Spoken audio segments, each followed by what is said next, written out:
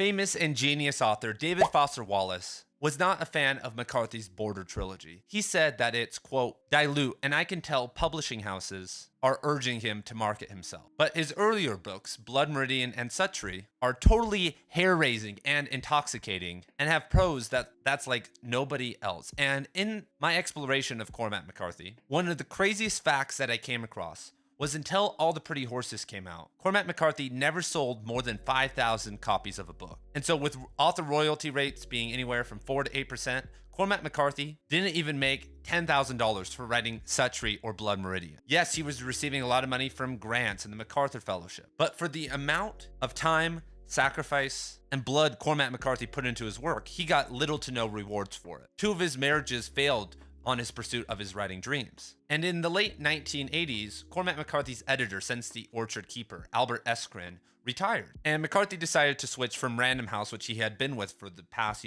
25 years or so. So what happened between the completion of Blood Meridian and All the Pretty Horses? Because over that 7-year period, McCarthy makes a drastic shift in his writing style and his tone, because with Suttree and Blood Meridian, McCarthy was firing on all cylinders. He was in his early 40s to late 40s during that period. And when we encounter the Border trilogy, McCarthy is empathetic. For the first time in his career, we have linear stories that are pretty easy to read, focusing, likable, fun, and young characters. So now one of the big questions of debate comes up. McCarthy dedicated decades to finishing Suttree, and the common reader today still can't understand it. However, within the first 6 months of All the Pretty Horses being published, he sold 200,000 copies. And a lot of the same themes and ideas that he explored in his first 5 novels and screenplays and short stories are still present in the Border trilogy, if not more apparent, especially in The Crossing. So David Foster Wallace may be right. Maybe he is trying to write for the market more.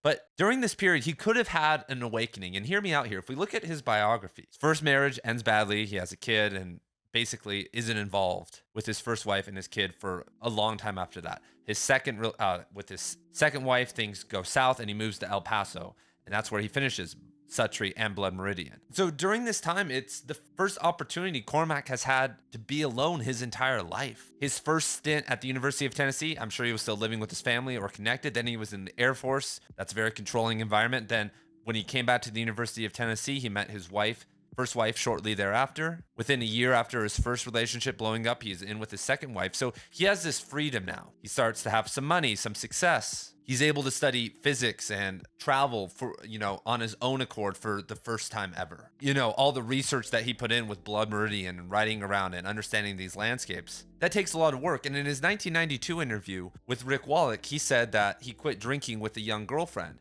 And a couple years after All the Pretty Horses was published, he got into a relationship with a woman who was in her early 30s when he was in, I think, his mid 60s. So seemingly this era is a renaissance for McCarthy. And I think David Foster Wallace said what he said, that quote at the start, not because he didn't like All the Pretty Horses, because he did. He said that it also made shivers run down his spine. And you can go check out his highly marked copy at his University of Texas archive.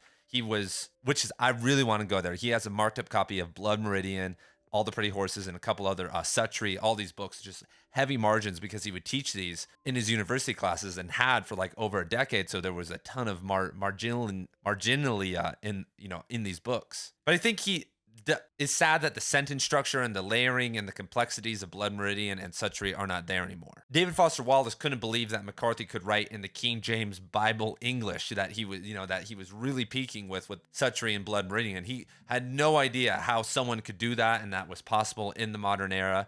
And in The Crossing and the Border trilogy, he kind of moves away from that. We kind of see it a little bit in The Road again, but overall, there's a post-Blood Meridian style shift for Cormac McCarthy, and I think it's a beautiful one.